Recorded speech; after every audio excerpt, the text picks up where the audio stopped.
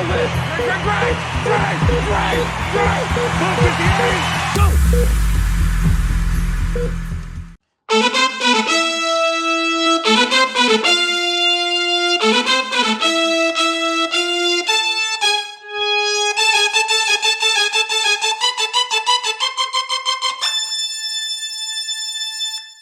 Welcome to the Health Matters Podcast, episode 7, recording on October 16th and covering week 6 of the 2024 NFL season and looking towards week 7.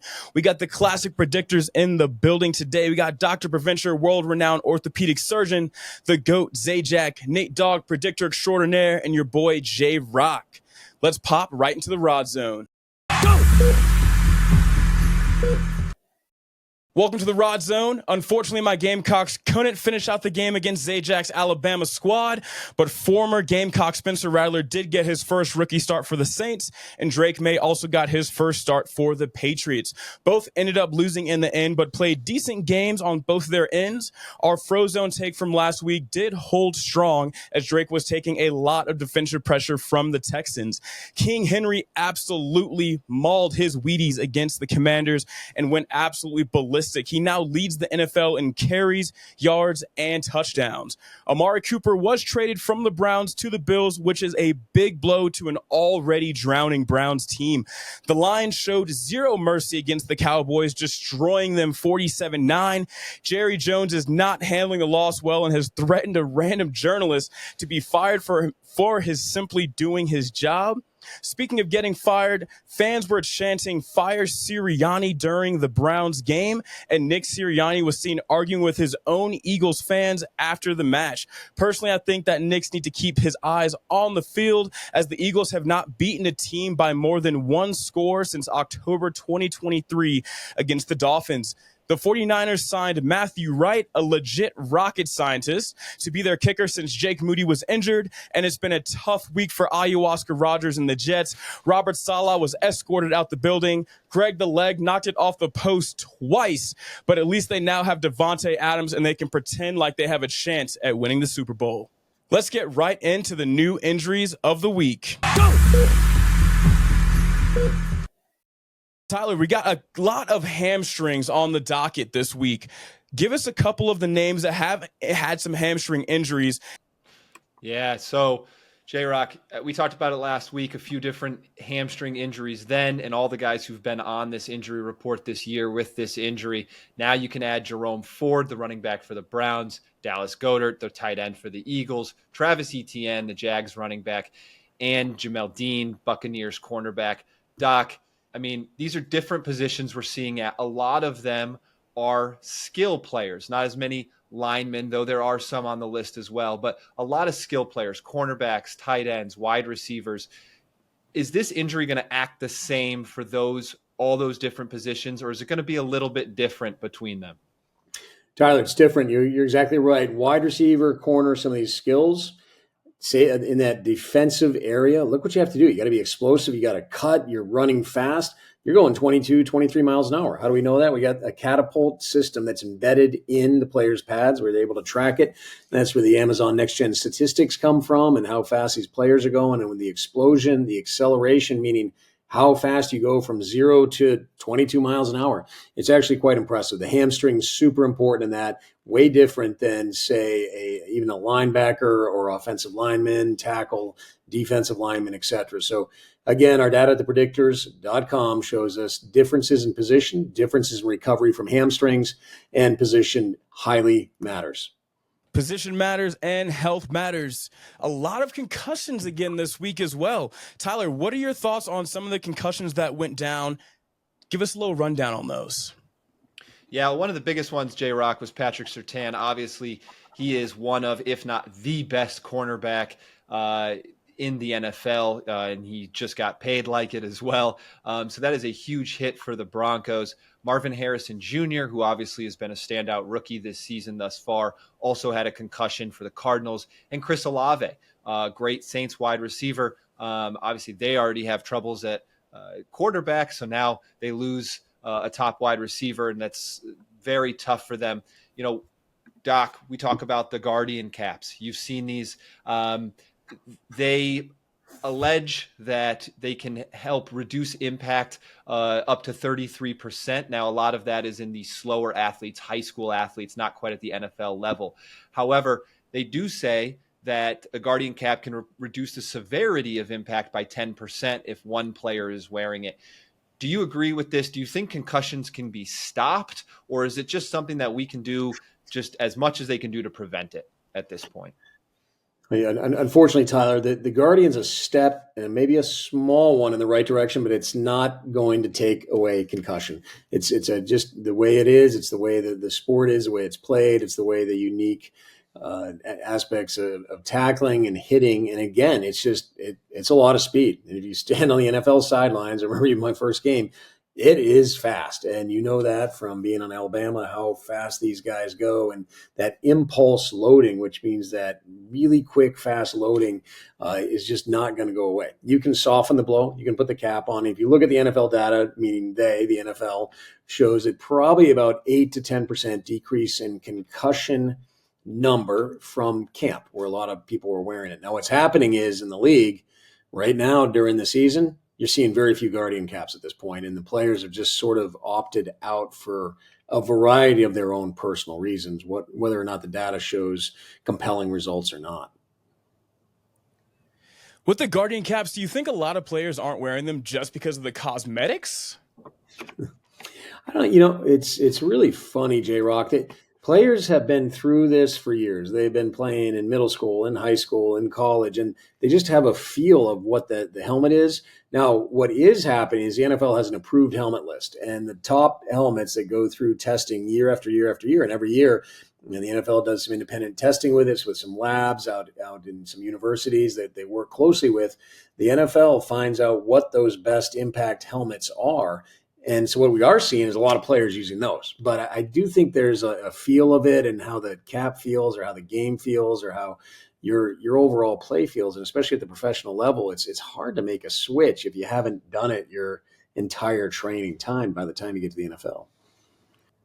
Thanks for that, Doc. I'm going to throw one back at you. We got Jonathan Allen, the Commanders' defensive lineman, out with a pec tear. Give us a little bit something on the pec tear. The pec is interesting. It's the pec is obviously a huge muscle, one of the biggest chest muscles in the front, and it has a very large attachment on the humerus. It's about 5 centimeters here on the humerus that it attaches. So it's a couple inch attachment. There's both a sternal head and a clavicular head of the pec. Now, pec tears usually injure the sternal head. The bottom part is a sternal head in general. It can also get into the clavicular head. You can have multiple other injuries. You can have muscle tendon tears, tendon off the bone tears, avulsions.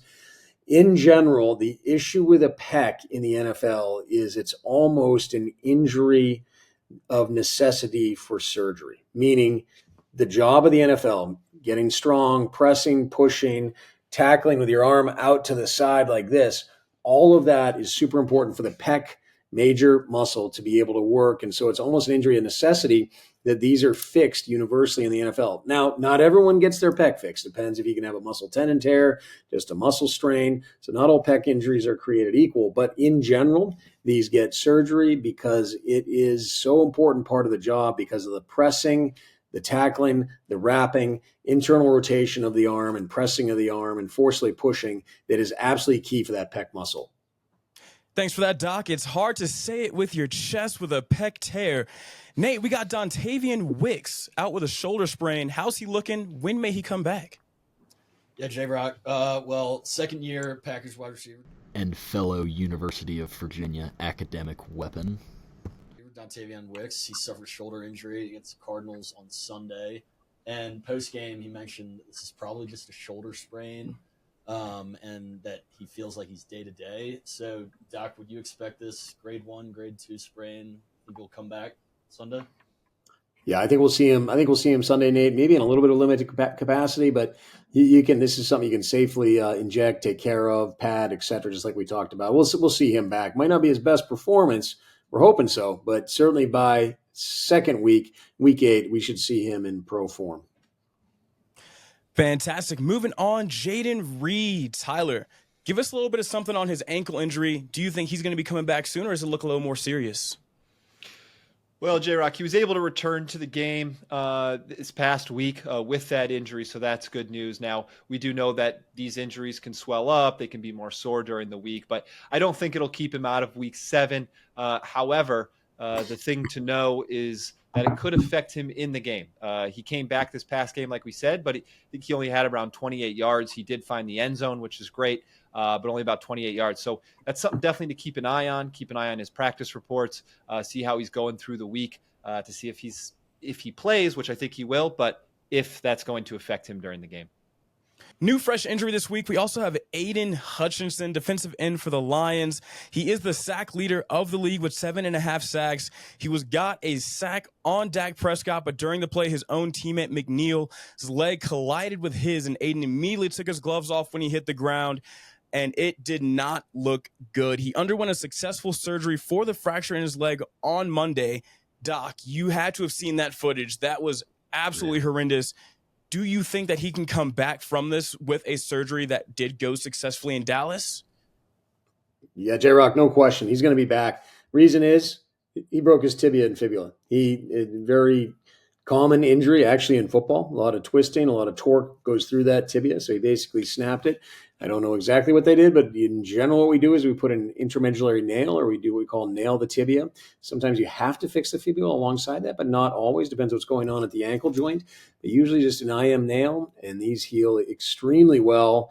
It's honestly way better than him tearing the ACL, the LCL, Rashid Rice. That way better than having a soft tissue injury in a way. You want to have an injury, you want to break your tibia. And so you could potentially see him back in about 4 months, but I don't think we'll see him this season, depending what happens, obviously.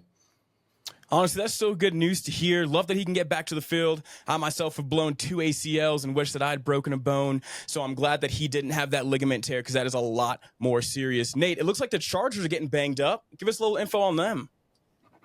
Yeah, J-Rock. It seemed like the whole Chargers team was going down. Lad McConkey, head injury, Quentin Johnson, ankle injury, and even Coach Jim Harbaugh. He had to go to the Blue medical tent around kickoff because he had an irregular heartbeat, also known as arrhythmia. And this is something he dealt with in 2012. Dealt with it again on Sunday, but he returned to coach the Chargers to a win over the Broncos, and after the game, he said he is 2-0 in arrhythmias. So shout out Coach Harbaugh, stay healthy. Good for Jim. Coming back and getting the rhythm back after an arrhythmia. You love to see it. I just want to give an honorary mention to the Tennessee Titan ball boy who got taken out after Will Levis got shoved into him. It takes a good staff to make a good team, and you love to see them taking care of their staff as well. Let's get right into people returning from injury. Go!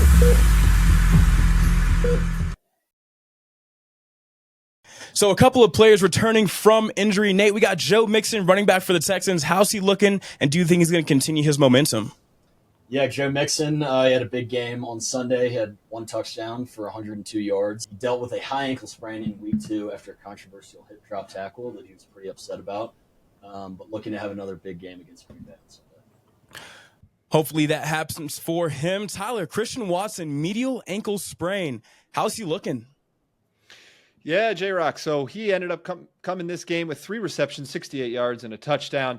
Coming back from that medial ankle sprain, he had a 1-week absence. What do we know from our data at the Predictors? Wide receivers who only miss 1 game have little to no drop-off in production. Missing 1 game is okay. It's when you get to 2 games missed where we start to see that severity go up. We start to see a legitimate difference in production on the field when you return and a drop-off there. So great that he only missed 1 game. Happy that it was a medial ankle sprain, not a high ankle sprain, and that he was able to come out and produce for his squad. It's crazy. Injuries are a centimeter in difference for how serious they can be. So you love to see that he didn't end up on the more dangerous receiving end of that injury. And we got Divine Diablo, linebacker for the Raiders, coming back from an oblique injury. He did play against the Steelers. He had 3 solo tackles and a fat sack. No diddy. So you love to see that he's doing really well and coming back from the game.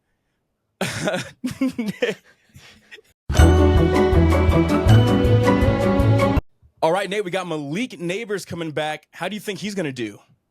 Yeah, Malik Neighbors, he's one of my best players on my fantasy team, so I look forward to having him back. But he's been out a couple weeks with a concussion, and looking to continue his incredible rookie season. Fantastic. I know they miss Malik Neighbors. We also have A.J. Brown. Shout out to the Pink Cleat gang. Coming off of a hamstring injury, pulled in 116 yards and caught an absolutely wild pass from Hurts in their last game. Let's head on right over to the bus stop. Go!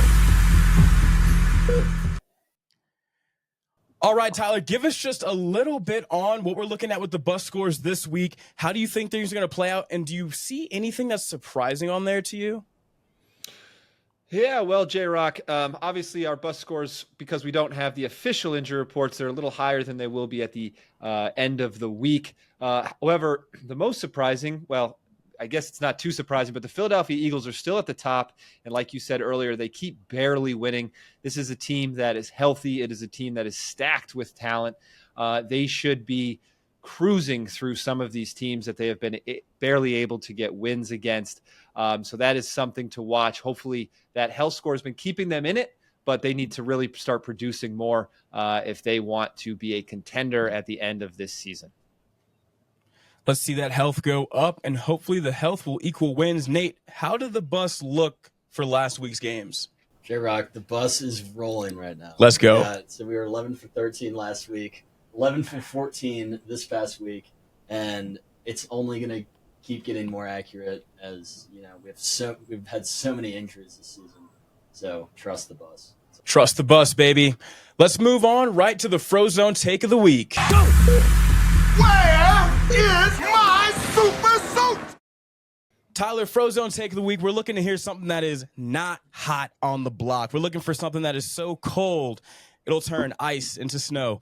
Tell me, the GOAT, what is the Frozone take of the week? Well, J-Rock, I don't know if you guys heard, but Colin Cowherd went on and said that Bo Nix, quarterback for Denver Broncos, is already better than Brock Purdy, quarterback for the 49ers.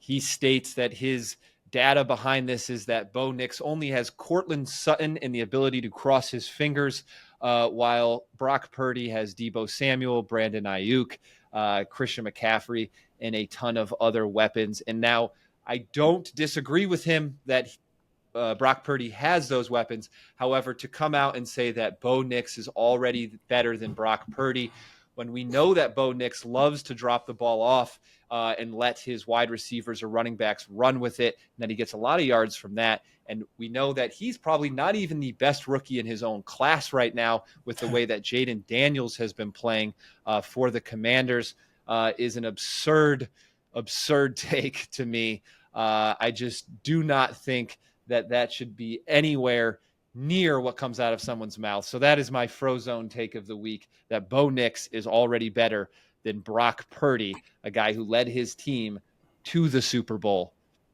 Ooh-wee, I'm telling you, I'm not touching that take with a 10-foot pole. Your boy's trying to stay hot.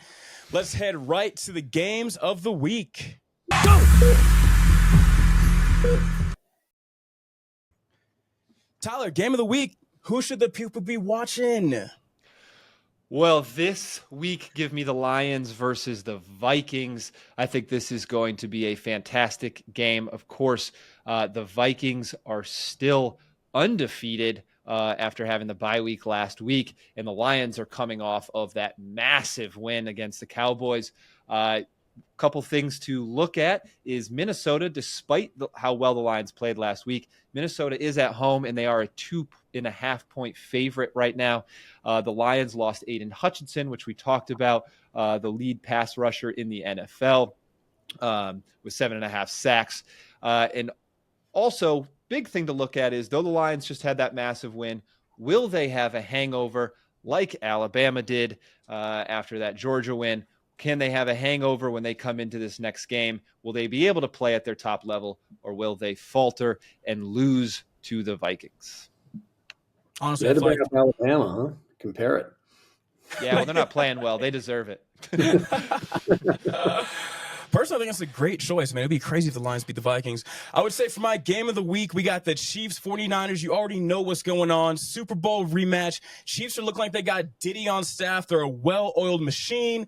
The 49ers are coming back with vengeance. It hasn't been the greatest season for them, but overall, you just can't sleep on a Super Bowl rematch. The Chiefs are looking to continue to stay undefeated, and the 49ers are looking to mess that whole plan up. Nate, game of the week, who you watching? Who should the people be looking at? Yeah, J-Rock, I got Eagles at Giants, and I think this could be a big chance for the Giants to get a win against their divisional rival.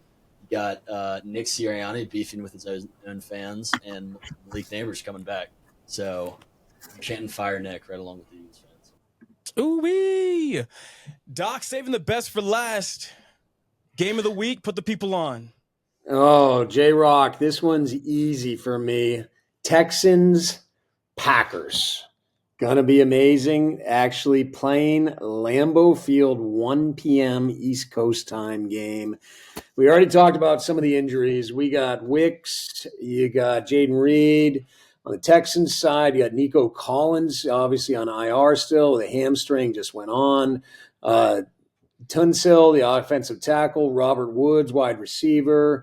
Jamie Ward, safety. Kamari Lassiter, cornerback.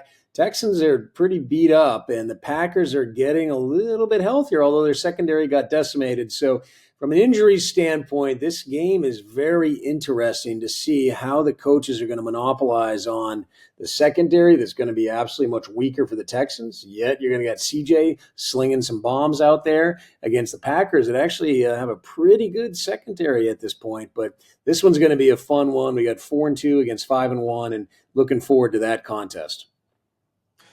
Hopefully they put it all out there. Thanks for joining the Health Matters Podcast, Episode 7. Again, we are recording on October 16th and covering Week 6 of the 2024 NFL season, looking towards Week 7. Follow us on Twitter at @thepredictors_ and visit our website, thepredictors.com, for up-to-date league information, including injuries, fantasy football, and much more. The season is just getting started. We're heating up. Injuries are rolling in. People are coming back onto the field. Stay fired up. Stay locked in. I know we are popping into all of our games of the week and then some. Join us next week for more up-to-date information. Until next time. Go!